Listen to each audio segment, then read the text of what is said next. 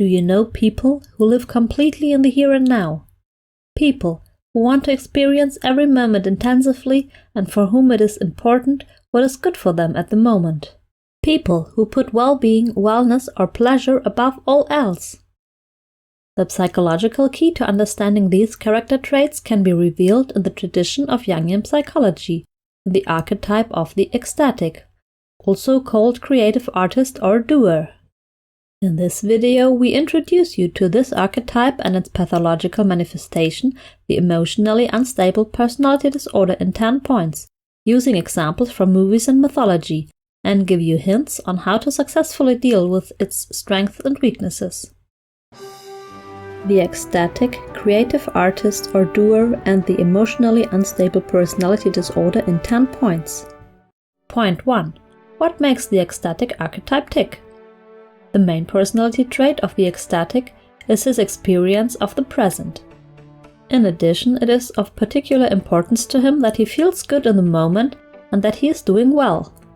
All of his characteristics can be derived from these personality traits or so-called meta-programs, which in turn can be derived from the position and correspondences in the meta-model of the psyche according to Stefan Fiebig. The archetypal ecstatic person belongs to the choleric temperament. His focus is on the moment.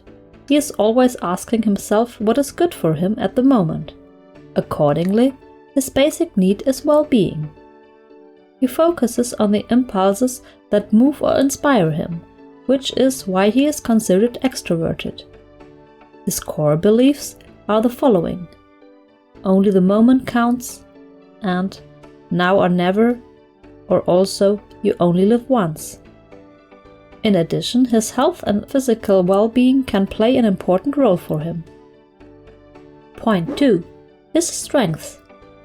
According to his main personality trait, living in time, his strengths are inspiration and creativity, as well as spontaneity. Point 3. His weaknesses. Due to his need to live in the moment and his spontaneity, he tends to be impulsive and capricious, as well as changeable or erratic. Point 4. How to recognize the ecstatic archetype.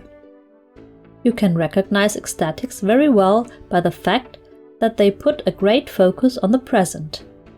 They like to go with their guts and therefore tend to make spontaneous decisions. A good example of a well-known ecstatic is Janis Joplin.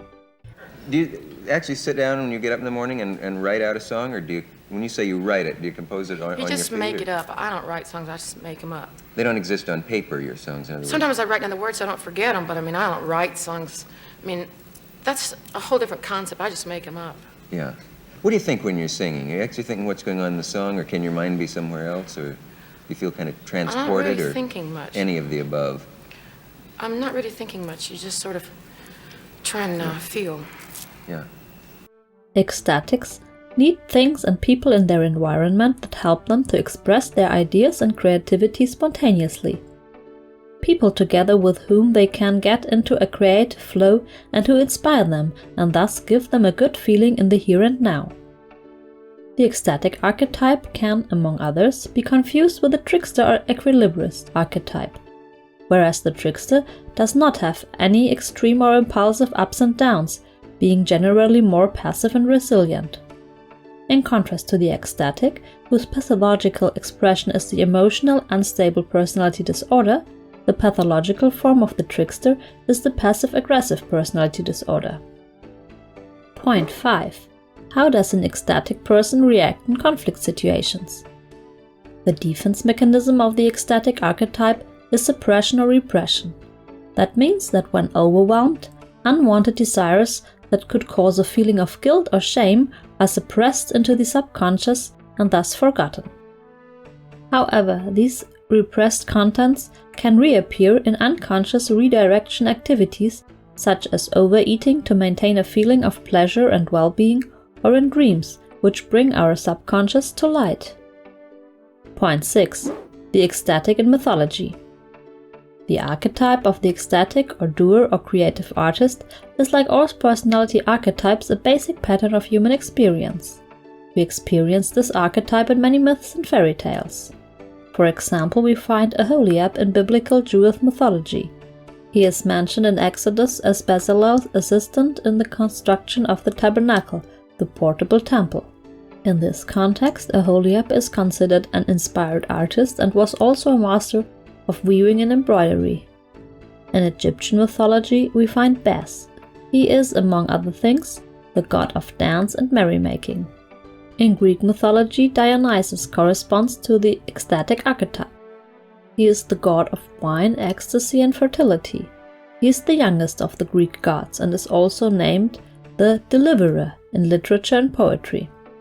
In modern myths, we find the ecstatic archetype as well. Good examples are Chewbacca in Star Wars, Hagrid in Harry Potter, and the Hatter in Alice in Wonderland. Chewie, come on! I need help with this giant hairy thing! Stop moving! You hurt Chewie, you're gonna deal with me! Hurt him? He almost killed me 6 times! Which is fine. What that dog is guarding is strictly between Professor Dumbledore and Nicholas Flamel. Nicholas Flamel? I shouldn't have said that. I should not have said that. Ain't no one gonna get past Fluffy. Ain't a soul knows how, except for me and Dumbledore. I shouldn't have told you that. I should not have told you that. Take Fluffy, for example. Just play him a bit of music and he falls straight asleep. I shouldn't have told you that. I played the Mad Hatter. He's mad. He's unpredictable. Stop that. The Mad Hatter is a fascinating character. You see instantly what he's feeling. Darn with the bloody red queen! Like a mood ring, his emotions are very, very close to the surface. Point 7. The creative artist, ecstatics and the hero's journey. In the mythological success structure of the hero's journey, the hero needs the skill of the ecstatic to successfully pass through the 9th stage.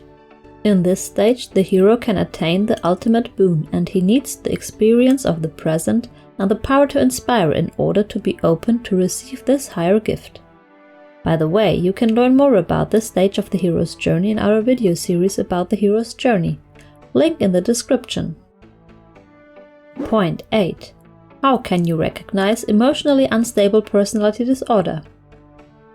We have already explained many characteristics that describe the personality archetype of the ecstatic or creative artist or doer to you, and so you should be able to recognize it.